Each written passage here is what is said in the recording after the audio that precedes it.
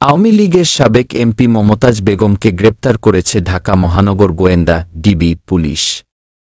সোমবার রাত 1:45টার দিকে রাজধানীর ধানমন্ডির স্টার কাবাবের পেছনের একটি বাসা থেকে তাকে গ্রেপ্তার করা হয়।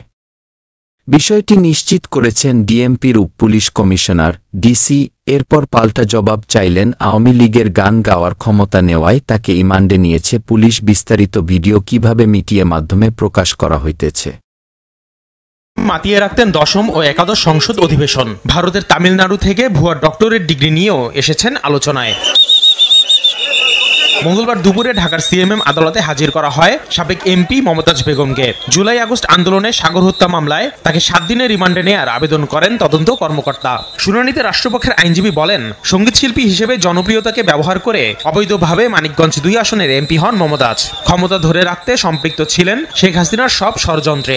নিজ আসনে ভিপি বাহিনী গঠন করে ত্রাস সৃষ্টি করেছিলেন বলেও অভিযোগ ওঠে শুনানিতে। পার্লামেন্টে এসে গান গেয়ে পার্লামেন্টকে একটি হাস্যকর স্থানে সে পরিণত করতে চেয়েছিল। 15টি বছর ফ্যাসিস্ট হাসিনাকে তার প্যাসিজম রক্ষা করার জন্য নির্লজ্জভাবে তাকে সহায়তা করেছে।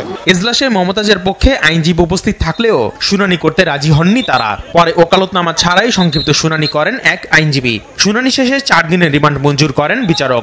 যখন ঘটনাটা ঘটেছে তখন শিল্পী মমতাজ ঢাকাতেই ছিলেন না।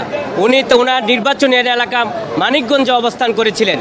যে আসামি মানিকগঞ্জে অবস্থান করে আর মামলা হয় ঢাকার মিরপুরে, যেটা আইনের শাসনের পরিপন্থী। সোমবার রাতে রাজধানীর ধানমন্ডি থেকে মমতাজ বেগমকে গ্রেফতার করে ডিবি। রাজধানী ও মানিকগঞ্জের একাধিক মামলা রয়েছে তার বিরুদ্ধে।